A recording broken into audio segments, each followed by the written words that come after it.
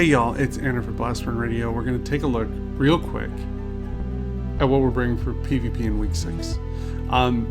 Really just a quick snapshot. I'm honestly running out of time to get this stuff ready for PvP this week. It's been a real hectic recording schedule, so let's just take a look at that real fast.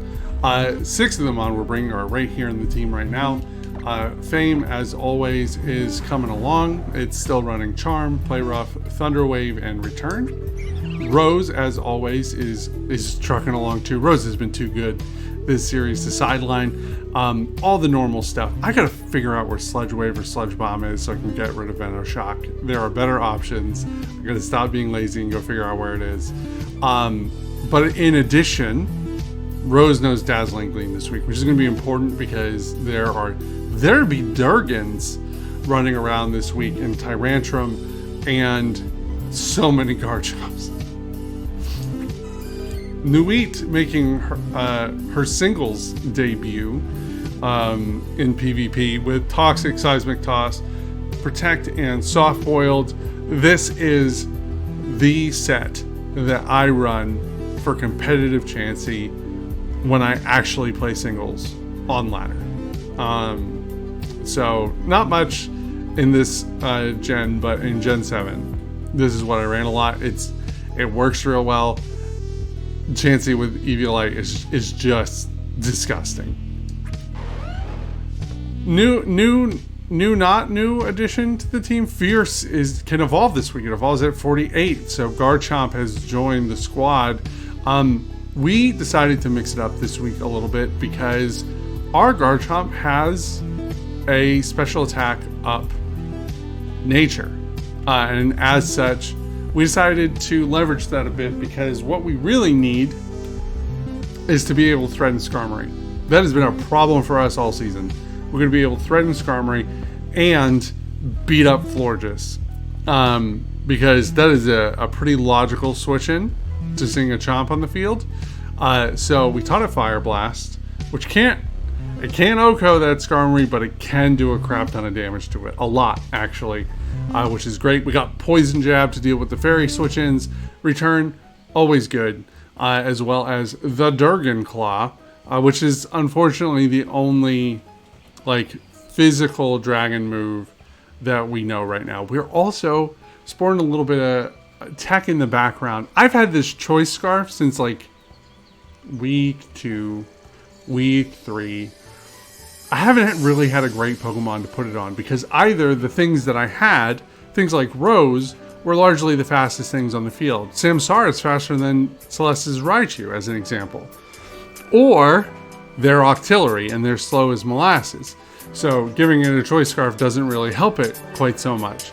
Not like a Choice Band or a Life Orb would, as I pointed out. So it's been sitting here in the back, and I happen to know through a braggy discussion between competitors that Steven's Garchomp has a perfect speed IV. It is the fastest Garchomp on the field. Well, it isn't the fastest one I'm scarfed, and I don't think that he knows that I had this because I haven't really used it. So I'm hoping that's going to be a surprise for both of my competitors this week, because that would just be rocking to be able to actually use something I pulled out of the box to great effect. Echo is coming. Obviously, we've made one change to Echo's learn set, which is Poison Jab. It was the biggest mistake I made the first week that I brought it to singles, was I didn't have Poison Jab to deal with Florges. I need to be able to threaten Florges. I have to. I need Ice Punch because there are Durgans. Fake Out is too good and competitive to leave on the sideline, particularly for Mega Medicham, who hits so fucking hard. And High Jump Kick is just amazing. So if there are any changes to what Echo is bringing from week to week, it's going to be in those first 2 slots. But given the makeup of our opponent's teams, I don't think I'll be changing that anytime soon.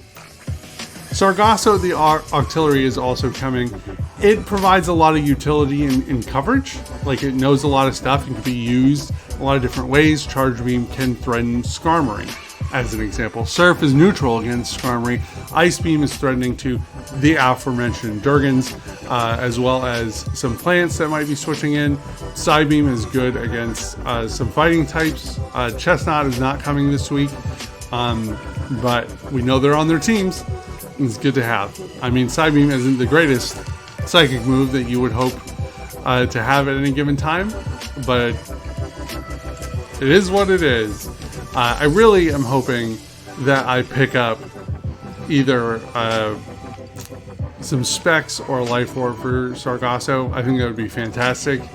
It would take what is already, look at that monstrous special attack score, and give it some real punching power, which would be fantastic. We have two other Mon that we obviously added to the team this week. They are two fire types. Even though I'm not sure if I'm going to be using the last one at all. They are obviously Samsara, the Delphox, who's been with us since week 1. Slight change to his learn set. What he's packing here. We gave him Calm Mind. I don't think we're going to have an opportunity to set up Calm Mind, honestly. But it's not a bad thing to have for certain, as well as Fuel. So if there is an opportunity where it seems advantageous, I haven't decided if I'm going to use Fuel or not. It feels really shitty to use Fuel for two reasons. One, Samsara is admittedly not the greatest fire type in the world. He's having a time. He also has a 0 special attack IV, which isn't great. But he's been with me since the beginning, and I really would like to take Delphox to the end, and not replace him immediately with the only other fire type I have available at the moment. But Fuel is legitimately fantastic, but using him feels really shitty on account that Celeste has been using Benson, her like Kanto starter draft, Charizard X, which it just feels real shitty to get an Eggmon and be like, haha, mine's better. I mean, I could do that. It's completely valid, but it doesn't feel good. But I am bringing Fuel because it is, I mean, look at that. Look at that moveset. Dragon Dance, Outrage, Metal Claw, and Crunch is very good. It's very good and it's very threatening. And soon we're gonna have a bunch of other stuff to put on here if we want to. It's gonna make some people's days real bad. So we're bringing Fuel.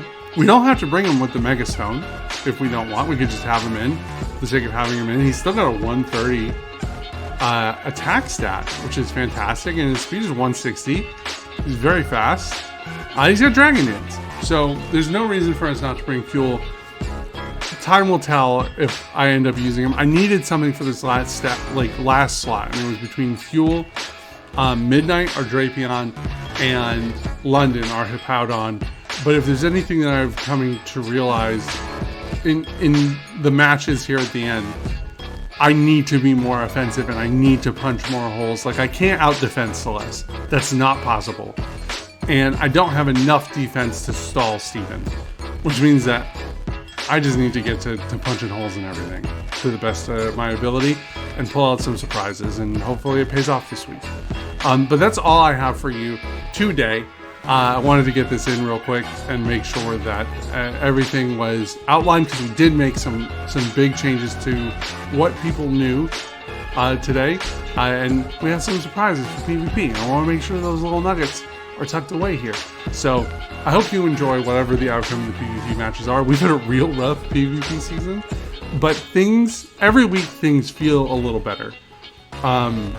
Doubles week we had a pretty rotten performance, but in week 4 we did beat Steven pretty handily. We did punch some holes in Celeste's team, but couldn't get through those walls. I think I might have a way to punch through Celeste's walls, and if I can punch through Celeste's walls, I can take the rest of it down. Like, I feel pretty confident about that. That's been the secret all along. So I guess we'll see. Anyways, have a great night. I will talk to you later. Bye. Hey y'all, it's Anna from Blasphemy Radio. Thank you so much for watching and joining me on our journey through the Kalos region. If you want to make sure to keep up to date on all the gameplay for Blasphemy Radio Season 8, you can do so here on YouTube and only on YouTube this season. So make sure you hit that subscribe button. Maybe give us a like if you enjoyed the video. And additionally, if you want to make sure you don't miss a single video, you got to hit that bell. That's the way YouTube works. I don't make the rules. From all of us here at Blastburn Radio, thank you so much for watching. Thank you for loving our show, and we will see you next time. Bye.